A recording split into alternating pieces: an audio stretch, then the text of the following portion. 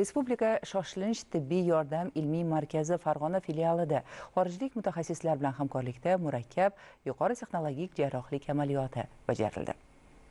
Farg'onalik 63 yoshli Mo'jiza Mamadiyeva joriy yilning 21 fevral kuni yiqilib tushishi oqibatida ko'p tomonlama jarohat oladi va Respublika shoshilinch tibbiy yordam ilmiy markazi Farg'ona filialiga keltiriladi. O'tkazilgan tahlillardan so'ng bemorning tizza bo'g'imiga 2 yil avval qo'yilgan endoprotez sinib ketgani ma'lum bo'ldi. Bemorni faol hayotga qaytarish uchun yuqori texnologik jarrohlik amaliyoti talab qilinar edi. Farg'onada ilk marta bunday qayta endoprotezlash murakkab yuqori texnologik jarrohlik amaliyoti Hindistonlik va mahalliy shifokorlar ishtirokida amalga oshirishga kirishildi.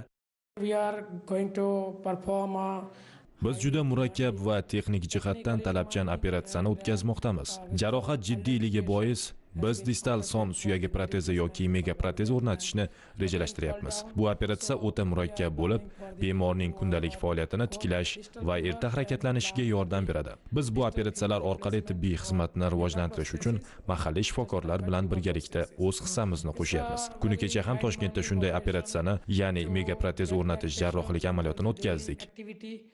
Yuqori texnologik jarrohlik amaliyoti hisoblanadi va bunday operatsiyalar kamdan kam uchraydi.